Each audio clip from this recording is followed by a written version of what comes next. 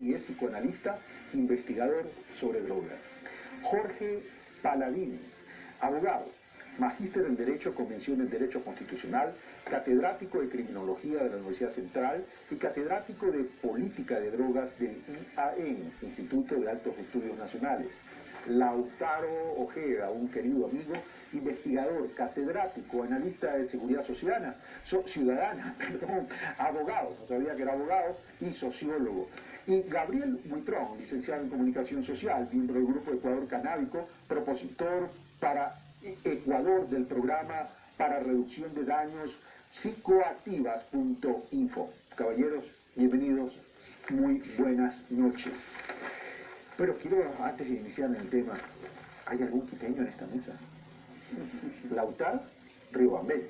La pregunta es impertinente. ¿Por qué? ¿Pero por qué? ¿Todos somos chagras aquí? Exactamente. Tú eres riobambeño, ¿tú, Rodrigo? Yo soy de Cuenca. Tú eres Cuenca, pero ya aprendiste el cantado. Uf, hace tiempo. Jorge, Yo soy macaleño. machaleño, aunque naciste en Guayaquil. Latacungueño. Y latacongueño, Gabriel. Bueno, vamos también a tener que buscar quiteños, porque ya casi Quito está lleno de nosotros los chagras. Bueno, quienes nos ven y nos escuchan Ecuatorianos. son ecuatorianos, es decir, no son ni quiteños ni guayaquileños, son de todas partes. Claro, yo Es una maravilla. como anecdótico, ¿no? Bueno, comencemos, Rodrigo. Comienzo contigo para que nos haga esta introducción. Estamos debatiendo en la región, me refiero a Latinoamérica y el Caribe, y aquí en Ecuador, adecuadamente el tema de las drogas. Yo diría que no, ¿Por qué? porque los principios que sostienen los temas sobre las drogas a nivel oficial son débiles, porque es la lucha contra las drogas, la guerra contra las drogas, la lucha contra los traficantes, la guerra a los traficantes, la lucha en contra del consumo, la guerra a los consumidores. Esos principios de lucha y de guerra y de aniquilación y de victorias, etcétera, desdicen de una posición política, sociológica, antropológica, psicológica, etcétera, que necesita el tema de las drogas. Estamos con la mirada y la actitud y la política en las cosas, drogas, en las sustancias, en la cantidad de sustancias, las toneladas de marihuana que ayer decomisó la policía. Ya, muy bien. Pero no estamos yendo al tema de las drogas. ¿Cuál es el sentido de la presencia de las drogas en la sociedad? ¿Por qué están las drogas en la sociedad? ¿Por qué X cantidad de gente adulta, joven, ancianos, muchachos, usa drogas? Entonces la problemática de las drogas se ha reducido A temas policiales. a un tema policial, a un tema guerrerista, la guerra contra las drogas, y celebramos y hacemos fiesta cuando decomisamos una tonelada de esto, una tonelada de aquello, y creemos, como a veces gente de la policía, por ejemplo, dice, bueno, hemos incautado una tonelada de marihuana, eso quiere decir que se han quitado de la calle, me invento, 10.000 dosis de marihuana. Eso es absurdo. Si se lo llevamos a valores monetarios, extrapolamos la importancia de aquello. Exactamente. Entonces, el tema de las drogas no está siendo adecuadamente manejado. Ok. Pero no solamente en la praxis. Yo voy primero a la teoría, llamemos así, a las actitudes que debería tener el gobierno, ahora la Secretaría y todos quienes trabajamos el tema. El tema que tú pones el dedo en la llaga, dices que en la región no se lo están manejando En la región, debatiendo. Ya vamos a ir al tema de los...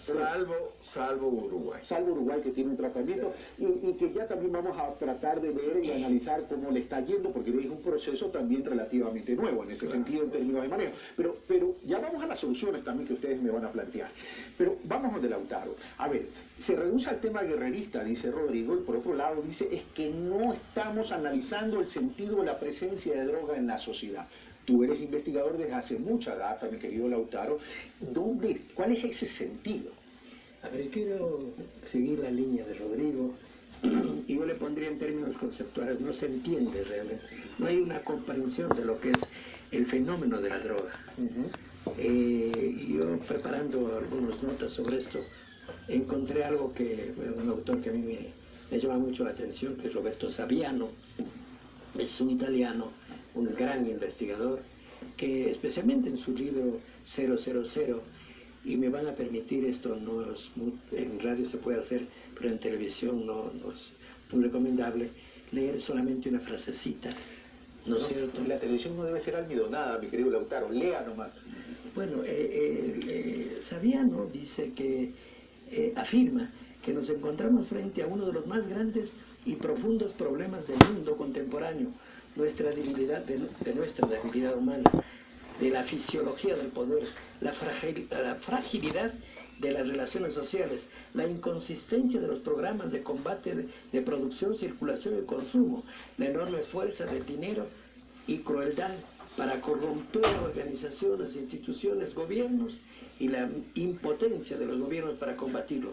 En síntesis, afirma que se trata del nuevo petróleo, el petróleo blanco. Es decir, ¿por qué quiero comenzar con esto? Por una visión macro, una visión mundial. Y yo diría que hay como tres grandes visiones, me atrevo a decir.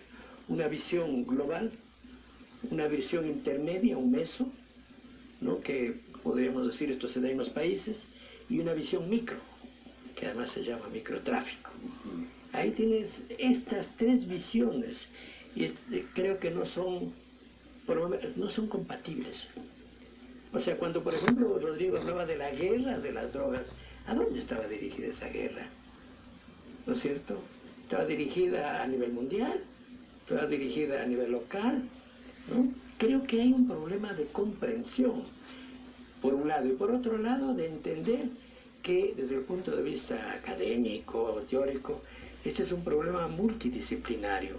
Este es un problema que realmente debe ser entendido por las disciplinas más cercanas al problema, que por ejemplo no encuentra en las organizaciones que tratan ese tema, porque generalmente están más ahí psicólogos y no abogados, y no criminólogos, no sociólogos, etcétera. O sea, este carácter multidimensional, por cierto, que vuelve muy complejo, porque cada una de las disciplinas de alguna manera se cierra en sí misma con sus paradigmas y más, y no comparte realmente, no hay una construcción del concepto en términos interdisciplinarios. Pero permíteme, don de Gabriel, que es de la sociedad civil y que viene, a ver, Rodrigo dice, no hemos entendido el sentido de la presencia de las drogas en la sociedad. Dice, estamos combatiéndolo con un espíritu guerrerista, pero no estamos haciendo un análisis mucho más profundo. Y Lautaro, con base a la cita y con base a su análisis propio, dice, esto evidencia una debilidad de los estados, de las sociedades, de las instituciones, pero habla del petróleo blanco. Podemos separar este tema de lo macro a la sociedad que consume.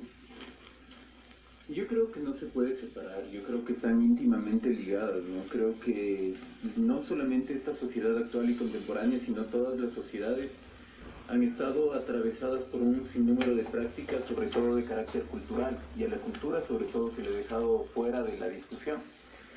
Y siempre desde el carácter cultural han estado ligados a sustancias, a plantas o a incluso ritos que les han propiciado la alteración de la percepción. Y eso ha trascendido a nivel político, social, económico dentro de todas las sociedades, y es un error que se intente sacarlo de una manera tan agresiva y violenta como es una guerra. Además que la guerra no es contra las drogas, porque como decía el doctor Rodrigo Tenorio, pueden estar diciendo que sacan mucha cantidad de sustancias de las calles, pero las sustancias siguen estando y los usuarios siguen estando.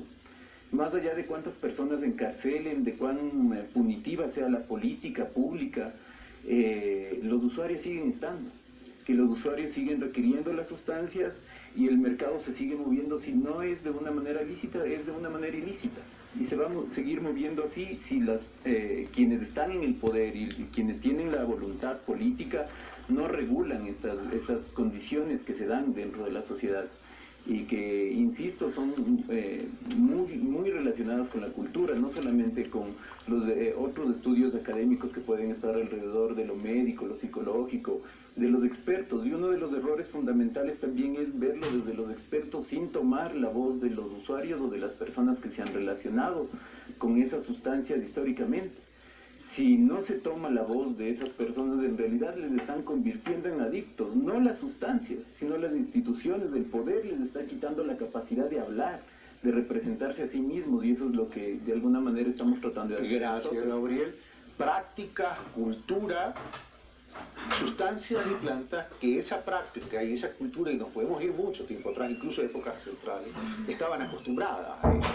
Ahora, pero dice Gabriel, el negocio, la sustancia y los usuarios siguen estando. ¿Cómo entonces? Y para no hablar en ese lenguaje guerrerista que puso énfasis en cuanto a crítica a Rodrigo, ¿cómo entonces debemos tratar el tema de la droga? Porque hay realidades, es decir, mientras esté como estemos en cuanto a la estructura de tratamiento, el negocio sigue siendo negocio ilícito que lleva a lavado de activos, pero también a explotación de determinados seres humanos y de determinadas poblaciones. La sustancia siempre va a existir, natural o química, pero no creo que la podamos eliminar. Y los usuarios no les estamos dando bola, para usar una palabra coloquial, un término coloquial, en términos de escuchar su voz. Jorge Paladín. Muchas gracias. Hace 3 semanas celebramos los 46 años del discurso de Richard Nixon de War on Drugs, de guerra contra las drogas. Ese discurso se conecta con 3 convenciones internacionales y con una estructura internacional planetaria pensada desde la seguridad. Esa estructura se llama Organización de las Naciones Unidas, que a su vez se ha reunido durante 3 ocasiones después de terminada la Segunda Guerra Mundial para discutir los temas de drogas. 1990, 1998 y el año pasado. Es decir, para que vean la importancia del discurso de guerra contra las drogas, mientras un señor presidente en Filipinas prácticamente dispone ejecuciones extrajudiciales para los consumidores. ¿Dónde está el derecho penal internacional? ¿Dónde están las Naciones Unidas? Es una gran pregunta. El abordaje de guerra, de flagelo, de combate, generó una estructura que es muy difícil desmantelarla. Eso se llama el Régimen Internacional de Control de Drogas. Se llama Comisión de Estupefacientes, se llama Junta Internacional de Fiscalización de Estupefacientes, órgano que determina qué cantidad de drogas de uso ilícito entra en algún continente y qué no, por ejemplo, los que son derivados del opio, que sirve para reducir los dolores de la amputación de una pierna de alguien que tiene diabetes. Por ejemplo, la cifra determina que Europa necesita más opio que América Latina. En América Latina y África, entonces agarren una almohada para que no le duela tanto la amputación. Y la Oficina de las Naciones Unidas contra la Droga y el Delito, que es el órgano que ha planetarizado prácticamente las políticas de drogas en confundir lo que significa la prevención y lo que significa la represión. Hay 4 tipos de políticas en materia de drogas. La política prohibicionista, que es la misma filosofía sobre la cual se puede hacer políticas en materia de, por ejemplo, reproducción y libertad de la sexualidad, como creer que para evitar el contagio de VIH se le tiene que prohibir las relaciones sexuales a nivel mundial. Esa es la filosofía prohibicionista abstencionista, que es la que ha celebrado 46 años estas últimas 3 semanas del discurso de Richard Nixon. Por otra parte, las políticas liberales, que son las que creen en el libre mercado.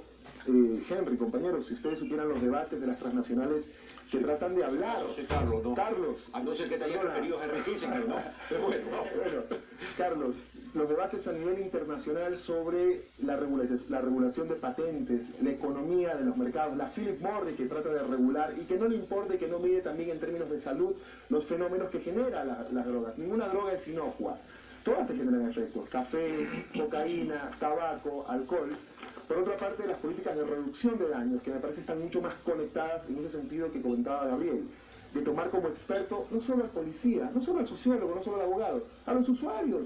Aquí hablamos de cocaína, hablamos de marihuana, hablamos de pasta base de cocaína, todos desde una perspectiva abstencionista, pero no desde la perspectiva etnográfica, desde los usos. Hay muchos mitos.